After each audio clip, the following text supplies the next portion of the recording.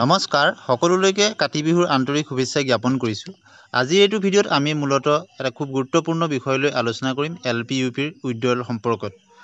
যিহেতু GT/PGTৰ ফলাফল আহিল, এতিয়া আপোনালোকে স্ক্ৰীনত যিখন দেখিছে এজন প্ৰাৰ্থীয়ে উইথড্ৰ কৰিছে, তেওঁ গ্ৰেজুৱেট টিচাৰ তেওঁ পাইছে, আপাৰ প্ৰাইমেৰীৰ পৰা তেওঁ উইথড্ৰ কৰিছে।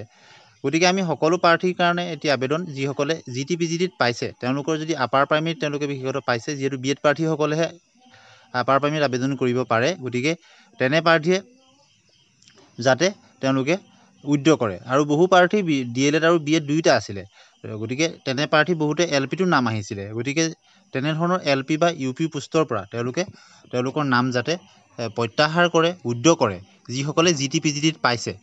গতিকে আপোনালোকে স্ক্ৰীনত দেখিছে এজন প্ৰাৰ্থীয়ে উইথড্ৰ কৰা। এজন প্ৰাৰ্থীয়ে উইথড্ৰ কৰা মানে অন্য এজন প্ৰাৰ্থীক তেওঁ সহায় কৰা, কিয়নো এনেদৰে দুটা তিনিটা পোষ্টত যদি এজন প্ৰাৰ্থীয়ে চাকৰি পায়, তেনেহ'লে অন্য এজন বা দুজন প্ৰাৰ্থী তেওঁৰ নাম নহাটো হৈ পৰিব, আৰু তেনেহ'লে কি হ'ব, অভাৰলেপিং হৈ যাব আৰু ডাবল এপইণ্টমেণ্ট ট্ৰিপল এপইণ্টমেণ্ট হৈ যাব। এই ক্ষেত্ৰত মুখ্যমন্ত্ৰী মহোদয়ে কৈছে যে এইবাৰ খুব শিক্ষা বিভাগৰ ফালৰ পৰা ইনিচিয়েটিভ লোৱা হৈছে। গতিকে আমি আশা কৰিছোঁ যে যিহেতু GT/PGTৰ ফলাফল প্ৰকাশ পালে, ইয়াৰ পিছত যদি শিক্ষা বিভাগৰ ফালৰ পৰা, বিদ্যালয় শিক্ষা বিভাগৰ ফালৰ পৰা এখন যদি জাননী জাৰি কৰা হয় যে GT/PGTত যিসকল শিক্ষক তেওঁলোকে ইতিমধ্যে তেওঁলোকৰ ফাইনেল লিষ্টত নাম আহিছে, তেওঁলোকৰ যদি LP/UPত তেওঁলোকৰ নাম আহিছে, তেওঁলোকে যাতে চেল্ফ উইথড্ৰ কৰে, যিদৰে SRD শিক্ষকৰ ক্ষেত্ৰত নটিফিকেশ্যনখন দিয়া হৈছিল। গতিকে যিসকল প্ৰাৰ্থী কম নম্বৰ বা পইণ্টৰ কাৰণে অহা নাই, তেওঁলোকে যাতে এই আবেদনটো কৰে। যিহেতু 24-25 তাৰিখে LP/UPৰ লিষ্ট বা ফলাফল ঘোষণা হ'ব বুলি শিক্ষামন্ত্ৰী মহোদয়ে সামাজিক মাধ্যমত তেওঁ জনাইছে। গতিকে আজিৰ পৰা যথেষ্টকেইটা দিন আছে, এইকেইটা দিনৰ মাজতে যদি অতি শীঘ্ৰেই যদি এখন অফিচিয়েল নটিফিকেশ্যন প্ৰকাশ পাই যায়, বিশেষত GT/PGTৰ ক্ষেত্ৰত বা ADR ক্ষেত্ৰত উইথড্ৰলৰ কাৰণে, তেনেহ'লে ভাল হ'ব। তেতিয়া তেওঁলোকে বাধ্যতামূলকভাৱে তেওঁলোকে উইথড্ৰ কৰিব লাগিব। আৰু বহু প্ৰাৰ্থীয়ে তেওঁলোকে উইথড্ৰ কৰিছে, আপোনালোকে স্ক্ৰীনত এজন প্ৰাৰ্থীয়ে উইথড্ৰ কৰিছে। গতিকে এনেধৰণে যিসকল প্ৰাৰ্থীয়ে উইথড্ৰ কৰিছে তেওঁলোকক আমি যথেষ্ট ধন্যবাদ জ্ঞাপন কৰিছোঁ, কিয়নো তেওঁ উইথড্ৰ কৰি দিয়া মানে অন্য এজন প্ৰাৰ্থীক এটা সুযোগ দিয়া।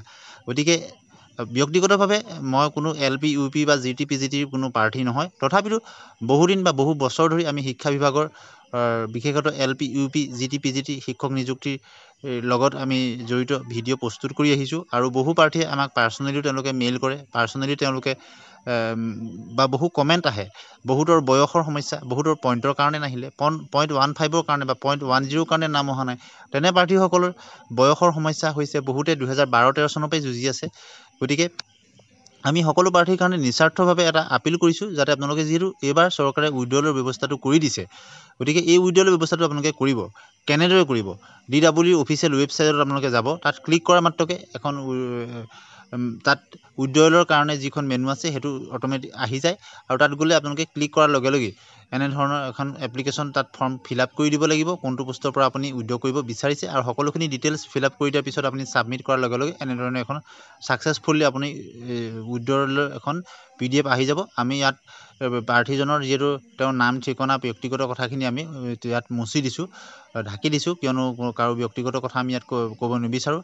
আৰু সকলোৰে ক্ষেত্ৰত এটা আবেদন থাকিল, যাতে যিসকল প্ৰাৰ্থীয়ে তেনেদৰে GT/PGTত পোৱা বা ADRত পোৱা প্ৰাৰ্থীক যদি চিনি পায়, তেওঁলোকক যাতে এপিল কৰে যে আপোনালোকে উইথড্ৰ কৰক, উইথড্ৰ কৰাৰ ব্যৱস্থা আছে, প্ৰয়োজন হ'লে কেনেদৰে উইথড্ৰ কৰিব লাগে সেই কথাও আপোনালোকে জনাই দিয়ক। আৰু আজিকালি সকলোৱে জানে এইবিলাক কথা, গতিকে তেওঁলোকে উইথড্ৰ যদি কৰি দিয়ে, তাৰ দ্বাৰা অন্য এজন প্ৰাৰ্থীক সহায় কৰা হ'ব। এইটো যিটো উইথড্ৰল কৰা মানে অন্য এজন প্ৰাৰ্থীৰ ভৱিষ্যতক তেওঁ সপোন পূৰণ হোৱাত সহায় কৰা হ'ব।